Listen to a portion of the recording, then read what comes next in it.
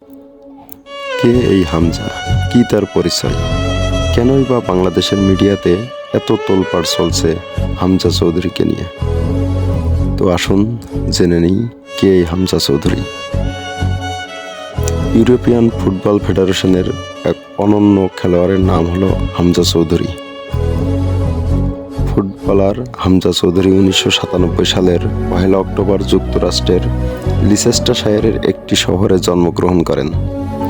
বিভিন্ন সংবাদ মাধ্যমে জানা যায় তার মা বাংলাদেশি এবং তার বাবা ছিলেন ক্যারিবিয়ান অঞ্চলের দ্বীপদেশ কানাডার নাগরিক। হামজা জন্মের পর তার বাবা মার বিয়ে ভেঙে যায়। বিচ্ছেদের পর হামজার মা আবারও বিয়ে করেন বাংলাদেশি ব্রিটিশ নাগরিক দেওয়ান গোলাম মোর্শেদ চৌধুরীকে। এই পরিবারে বেড়ে ওঠা 3 ভাই ও 1 বোনের মধ্যে সবার বড় হামজা। বাবা ও মা দুজনের বাড়ি বাংলাদেশের হবিগঞ্জ জেলার বাহুবল উপজেলায়।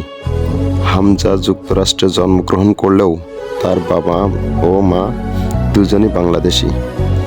বাবা মা বাংলাদেশি হওয়ার কারণে বাংলাদেশের প্রতি বিশেষ টান রয়েছে তার। বাবা চান তার ছেলে যেন বাংলাদেশের জার্সি গায়ে পরে ফুটবল খেলেন। বাবা মার সূত্রে কয়েকবার এসেছেন বাংলাদেশে সময় কাটিয়েও গিয়েছেন।